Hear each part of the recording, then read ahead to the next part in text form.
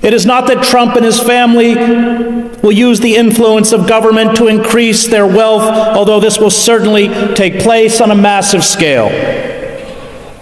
It is that hundreds of billions of federal dollars will be diverted into the hands of cronies, sleazy bankers, unethical financial firms, and scabrous hedge fund managers.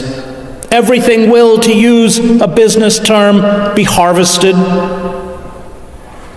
The decaying pillars of the liberal state in America will be obliterated. At the same time, the militarization of America is being accelerated. The defense budget will be increased by 10%, or $54 billion. Although the United States already spends more than the defense budgets of the next 7 countries combined.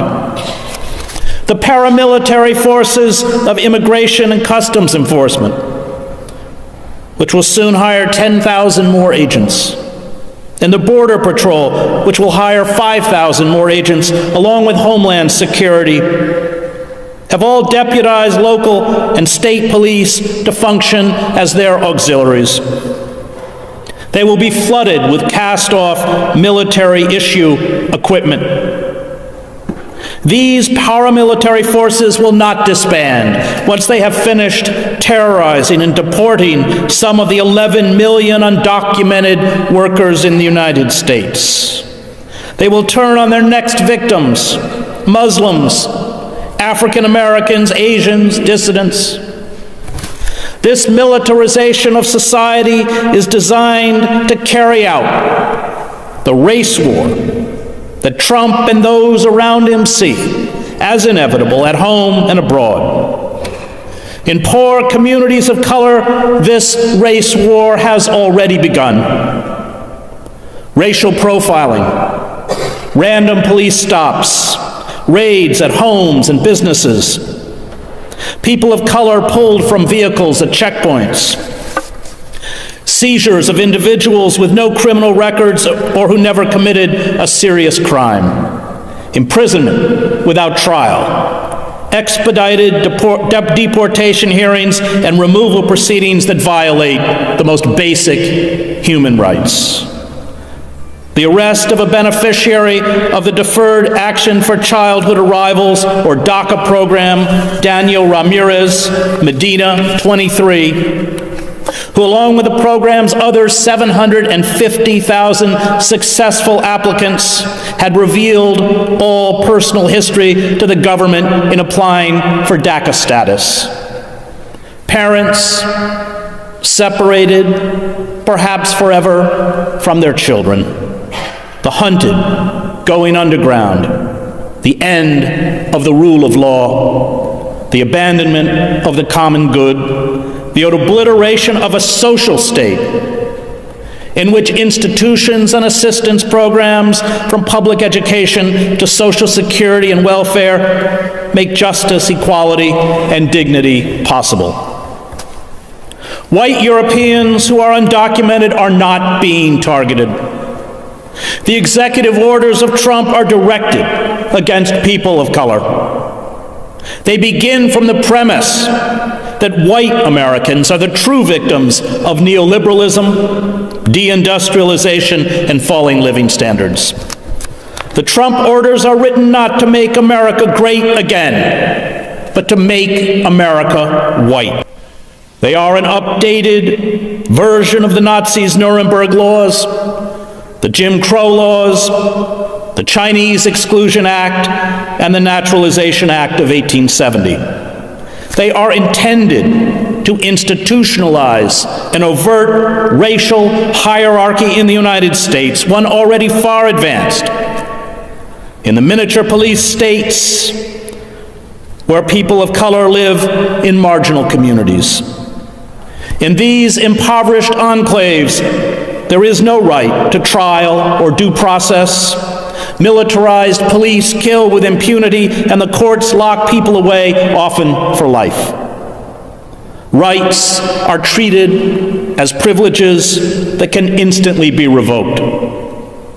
The poor, especially poor people of color, are exempted from moral consideration. They are attacked as impediments to social cohesion. And these impediments must be eliminated. Jews, their community centers enduring threats of violence and their graveyards desecrated, will also be persecuted.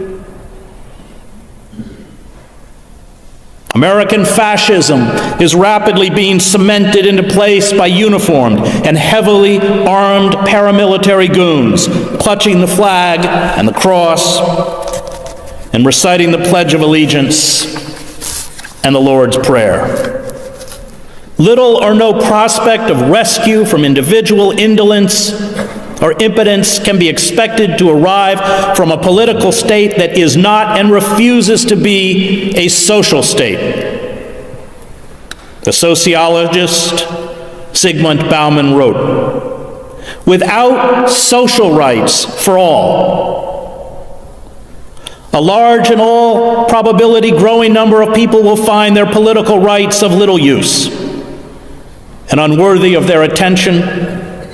If political rights are necessary to set social rights in place, social rights are indispensable to make political rights real and keep them in operation. The two rights need each other for their survival. That survival can only be their joint achievement." Presidential Chief Strategist Stephen Bannon, in his public comments and his films, such as Generation Zero, has embraced a historical determinism worthy of Karl Marx. He posits that Western culture has been contaminated and is being destroyed by darker races and barbaric religions and belief systems. His conspiratorial view of history and society sees a global war between the white race and the lesser breeds of the earth as not only inevitable, but one that will reinvigorate and purify America. This idea of regeneration through violence, which has always been part of the American myth, is also a central tenet of fascism. Racists and conspiracy theorists such as Bannon, Michael Anton, Stephen Miller, Sebastian Gorka constitute Trump's ideological brain trust. Gorka goes so far as to argue that the failure to understand the evil of radical Islam stems from a systematic subversion of the national security establishment under the banner of inclusivity, cultural awareness, and political correctness.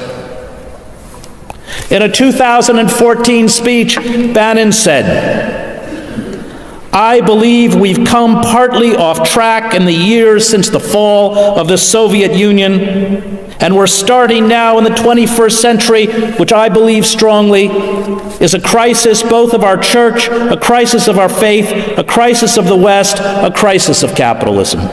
There is a major war brewing that's already global." Bannon said, "It's going global in scale. And today's technology, today's media, today's access to weapons of mass destruction, it's going to lead to a global conflict, and I believe has to be confronted today. Every day that we refuse to look at this as what it is and the scale of it, and really the viciousness of it, will be a day where you will rue that we didn't act." Bannon is a proponent of the theory popularized by authors William Strauss and Neil Howe in their books Generations, The History of America's Future, 1584 to 2069, and The Fourth Turning, an American Prophecy, what the cycles of history tell us about America's next rendezvous with destiny. These authors argue that roughly every 80 years, for an average human lifespan, the country goes through a cataclysmic crisis. This crisis triggers war, industrial slaughter, and genocide, and lasts for a decade or more. In its aftermath, they argue the social order is rejuvenated. Strauss and Howe highlight the American Revolution of 1775 to 1783, the Civil War, the Great Depression, and World War II as examples of how the cycle works.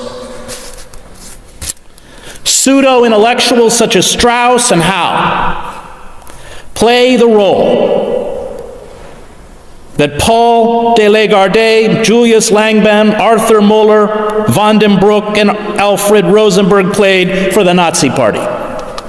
They give an intellectual veneer to racist conspiracy theories, a perverted nationalism, a hatred for culture, and the lust for domination through violence. I share Bannon's distaste for corporate globalization, free trade agreements, the failure to put Wall Street bankers in jail, the bank bailouts and crony capitalism, and would even concede that Americans wallow in the moral swamp of a culture of narcissism. He is right when he attacks the two major political parties as the one party of Davos. But his solution to the purported crisis, total war by the white race to regain its ascendancy, is insane, as are the causes he cites.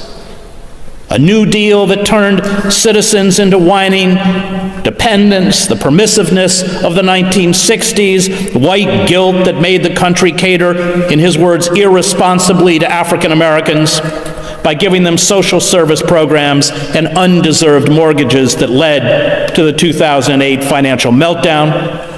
An intellectual and liberal class composed essentially of traitors who hate America, and quote-unquote the new barbarity of jihadist Islamic fascism.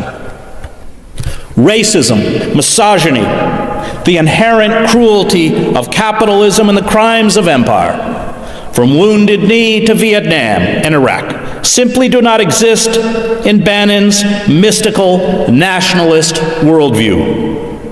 He insists that the white, male, aristocratic elites who formed a republic that enslaved African Americans, exterminated Native Americans, denied the vote to women and white men without property, created, quote, a church and a civilization that really is the flower of mankind.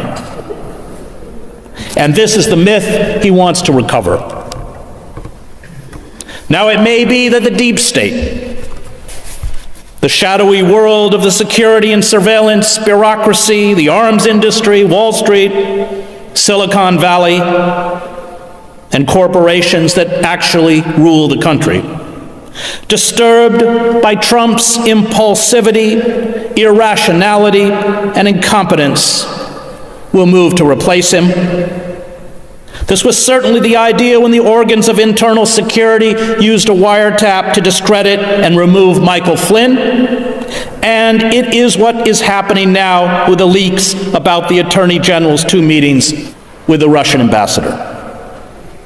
But the ascendancy to the White House of Michael Pence, a more polished and disciplined politician who will advance the agenda of the Christian right, will not make things better, and indeed, they may make things worse. Those being placed now into power are agents of destruction. Betsy DeVos is moving to defund our system of public education and use government vouchers to expand corporate charter school chains and those run by the Christian right. Scott Pruitt is dismantling the Environmental Protection Agency. He has already called for a 25% reduction in the EPA's budget, the elimination of 3,000 jobs, and the slashing of numerous programs, including a 70% cut to its climate protection program that oversees cutting emissions of greenhouse gases. Bannon was the dark hand behind the ban on Muslims entering the United States from 7 Muslim-majority countries, a ban you can expect to see extended if the Trump administration is successful in removing a stay issued by a district court or issuing a new executive order.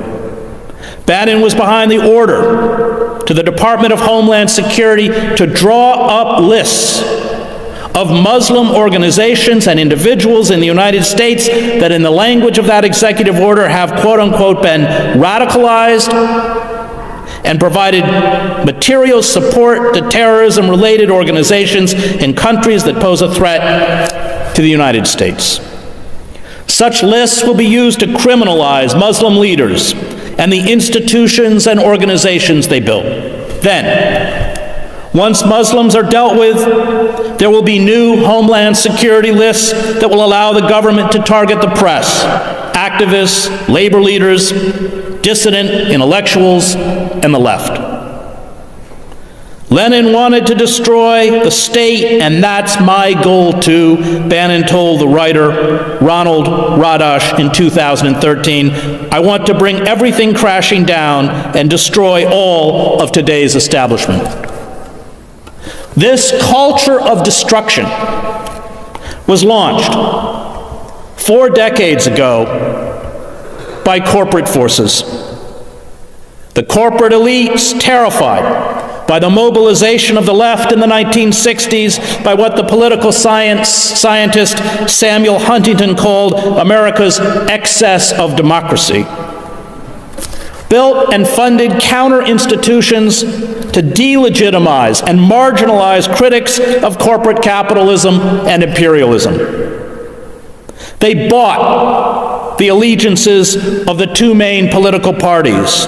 They imposed obedience to the neoliberal ideology within academia and the press.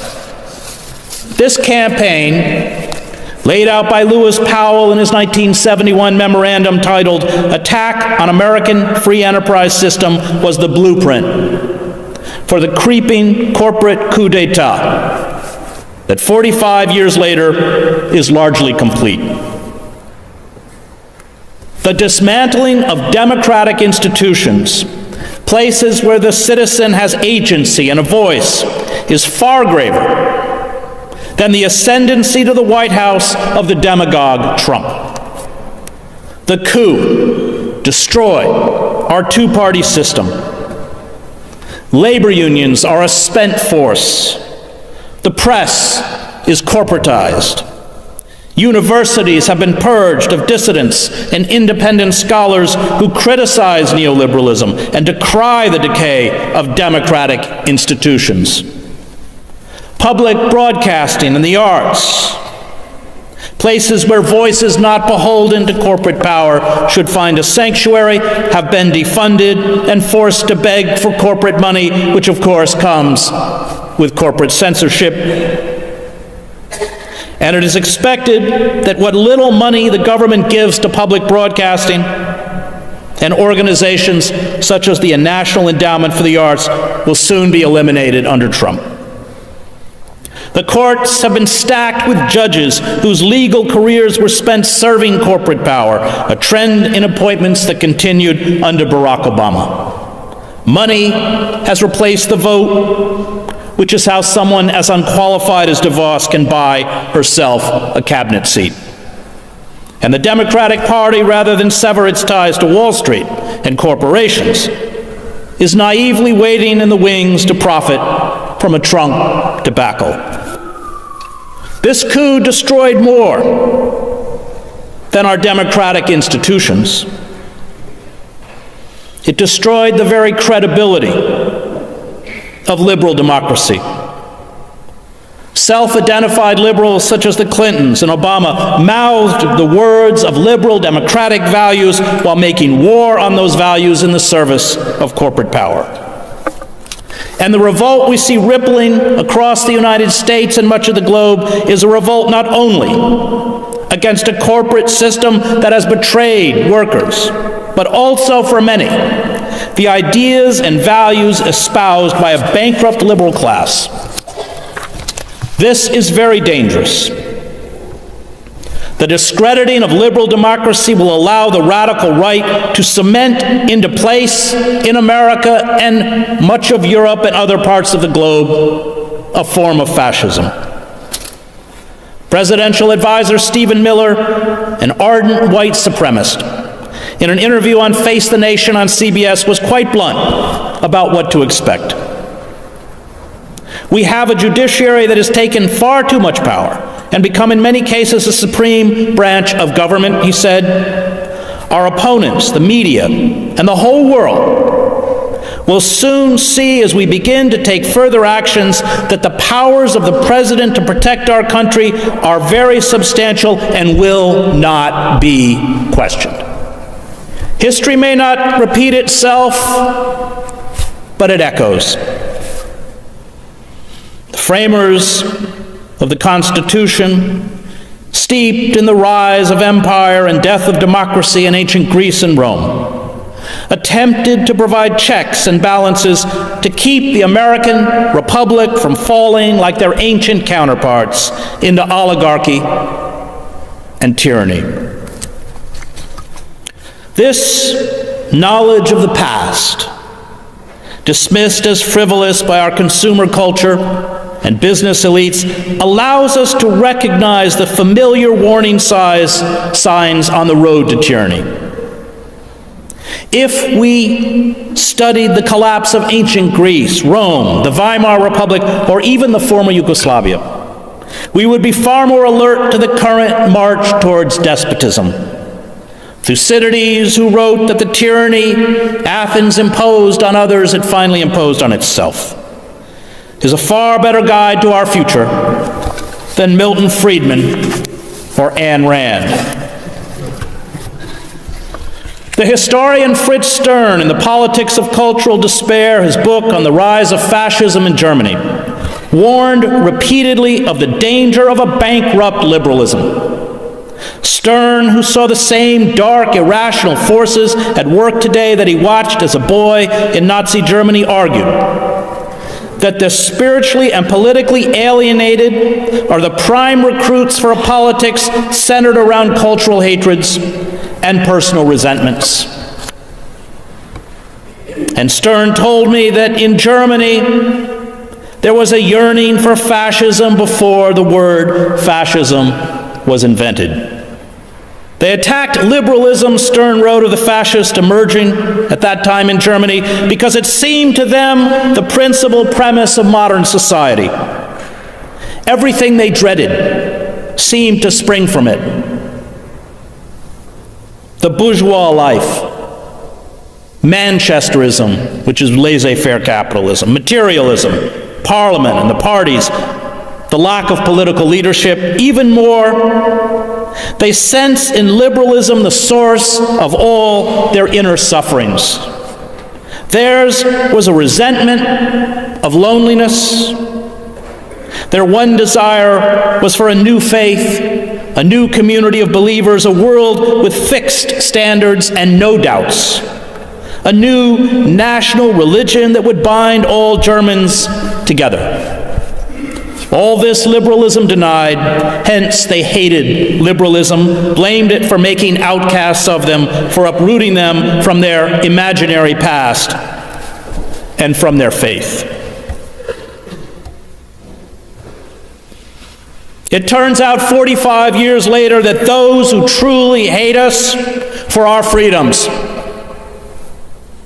are not the array of dehumanized enemies cooked up by the war machine.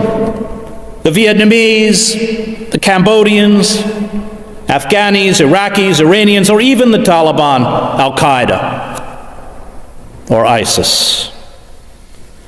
They are the financiers, bankers, politicians, public intellectuals and pundits, lawyers, journalists and business people, many cultivated in elite universities and business schools, who served, as Matt Taibbi says, as the guardians of the orthodoxy of neoliberalism and empire.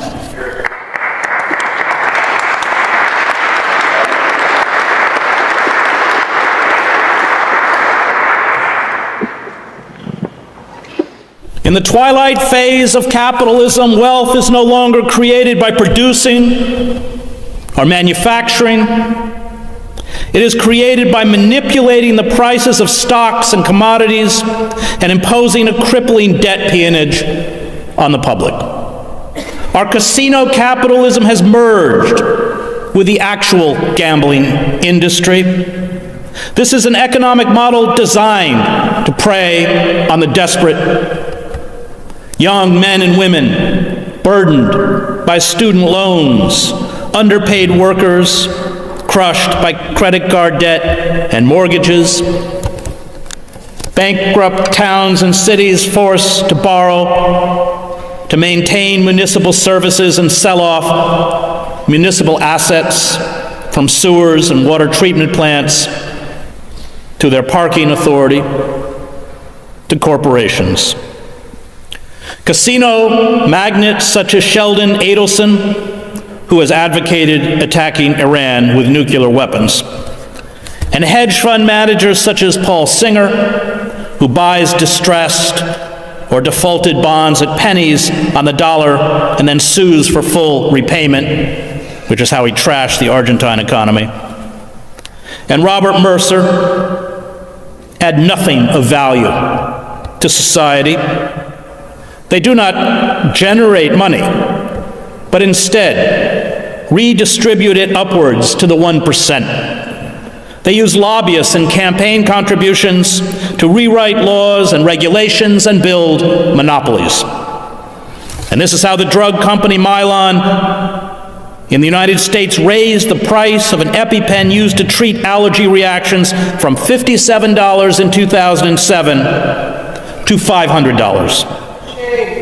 They have given themselves the legal power to carry out a tax boycott, loot the treasury, close factories, send jobs overseas, and gut social service programs.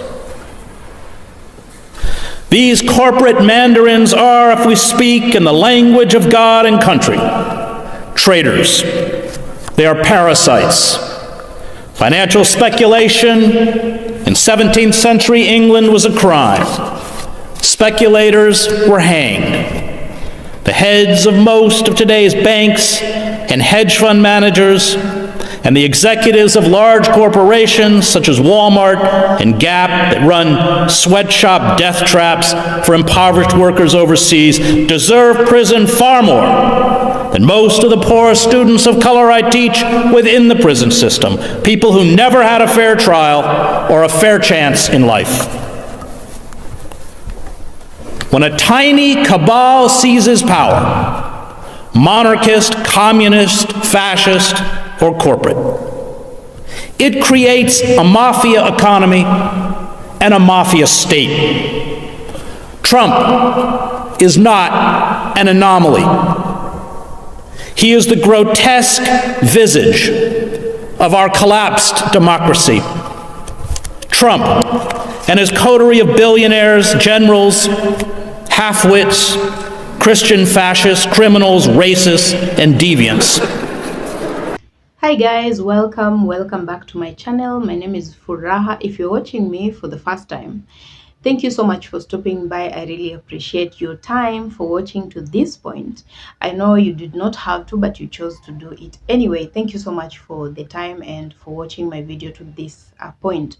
Now guys, if you have not subscribed to my channel, if it's your first time over here, thank you so much for stopping by. Please consider subscribing and being part of this amazing family. This is the kind of content that we do over here, talk about all matters of Black people. We talk about the things that are affecting Black people, the things that make Black people happy. We are not a sad channel, yeah? We talk about the achievements of Black people. We talk about the good things that Black people have done and contributed for the world. And we also talk about the things that affect them negatively. So just to spread the gospel out there, that people will know that this and that is happening to Black people, just so that there's a better world out of this. Yeah, that is really the main goal of our channel. And I keep saying that we are here to learn. If you have not learned a thing, we are here to unlearn. If you know things that are supposed to be wrong and you're supposed to get that out of your mind, we are here to relearn. Yeah, if you learned something, did not grasp it so well, if you learned something and you think that you need more information about that, we are here for that course. So please feel comfortable to do all those three things and don't judge yourself. We understand that we have white people on this channel. We understand that there's a lot of things that people have information that is distorted, not because of them wanting it to be distorted, but it's just the kind of information that you are given. That is what you are dished, and you took it without knowing that it is actually wrong. Now, for that reason, we are here and we accept all of you. As long as you're willing to learn, we are going to be family. We are going to be okay over here. We're going to share our thoughts, ideas, In the comment section, we usually have those discussions. Someone says whatever they think. It doesn't matter what. You can actually say anything, and people will come over there and talk to you, exchange ideas, talk about these things, and explain a few things that you might not be understanding. That is really the goal of this channel. So feel free, if you have something to say, leave it in the comment section.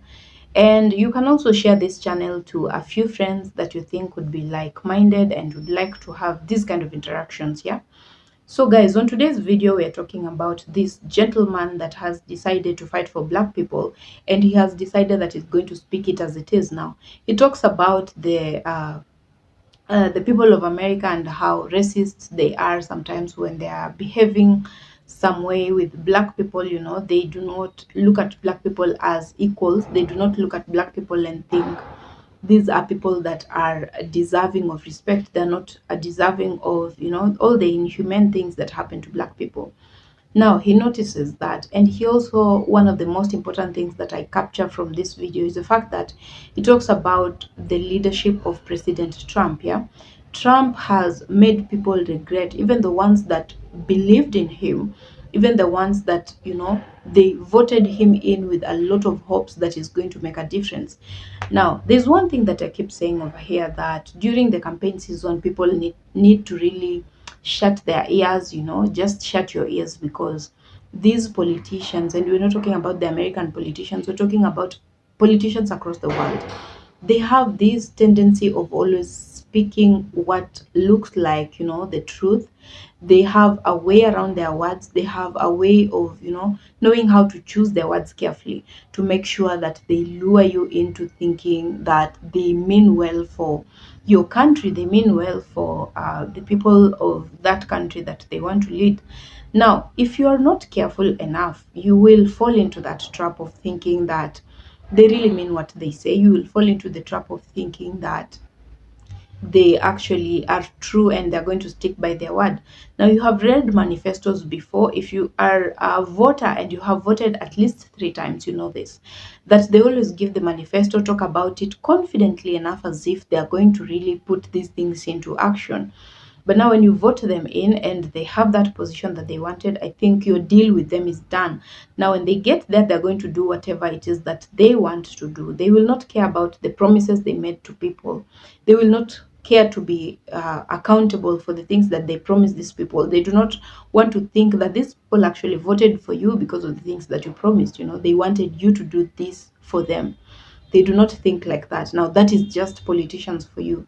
Now, next time these campaigns, do not believe them. Yeah. Look at their manifestos, look at people's track records. That is the best way for you to choose a leader. Look at the things they have done in the past. Look at who they are as a person. Look at how they carry themselves. Look at how they behave around people. Look at how they treat black people. Look at how they treat people that cannot do anything for them.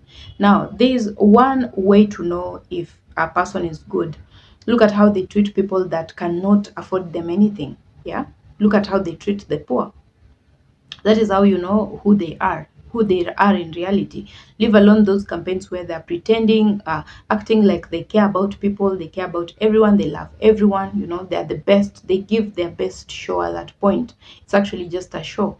Once you elect them, they become their real selves. Now, you do not want to vote in someone that is going to frustrate people more, because the world that we live in today is not like things have been before. We're living in a world where people are already traumatized by a lot of things. There's a lot of factors that make people not okay every other day. Now, for you to be elected and come to frustrate them even more, it's unfair.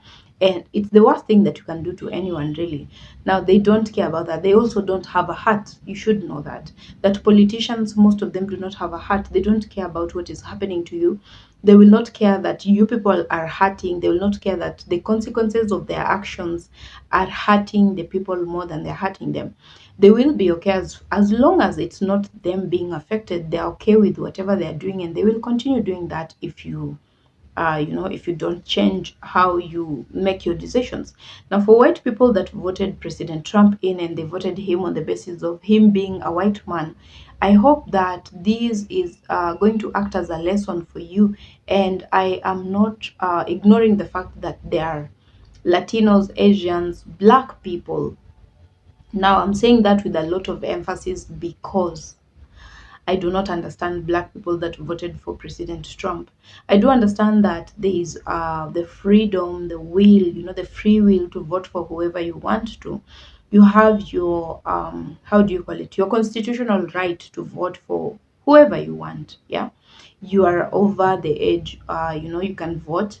So people believe that by that age, you are capable of making a decision. Now, I do not want to fight that, but I do not understand how you'd go ahead and fight yourself. You're voting for someone that is against your own interest. Yeah, it does not make any sense, and that goes for even white people. They voted against their interest. They knew what they wanted. They know what they need as a nation, but they decided to vote him in despite the fact that they knew that this is a man that has been convicted.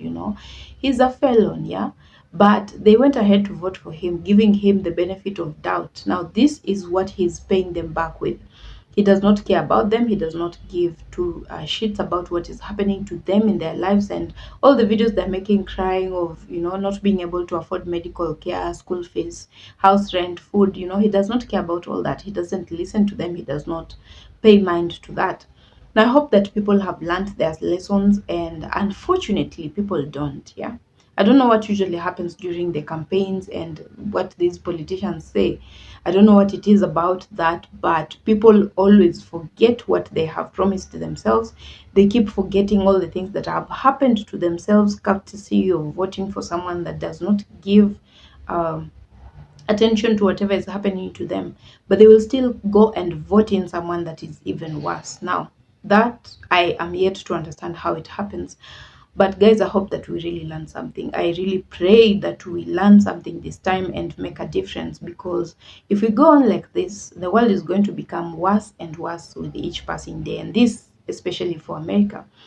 Now, guys, that is my 2 cents about this. I hope that you have enjoyed watching the video. I hope that you have learned a few things from the guy, the scholar. You have captured a few things that you will use to make your life better. So yeah. Now, for those people that have not subscribed to my channel, please kindly consider subscribing to me. Be part of this amazing family. Help this video to reach as many people as possible. And how do you do that? You make sure that you like the video, leave a comment, give it a thumbs up, give it a super thanks, share it to your friends and family, and people that would like this kind of content. Make sure that you do that and reach this video to very many people so that we are learning together. There is no point of learning, like 2 people, and then there's thousands of people that have not learned a thing. It will be very difficult, and it will take a lot of time to get to that level where we're talking about racism is not a thing. We need to talk about that. We need to now vote for people that care about our own interests. Yeah. Now let's do that, guys. I hope that you're also keeping safe from wherever you're watching me from. I pray that everything goes well today for you and for your friends, families. Yeah. So I will see you in my next video. Bye for now.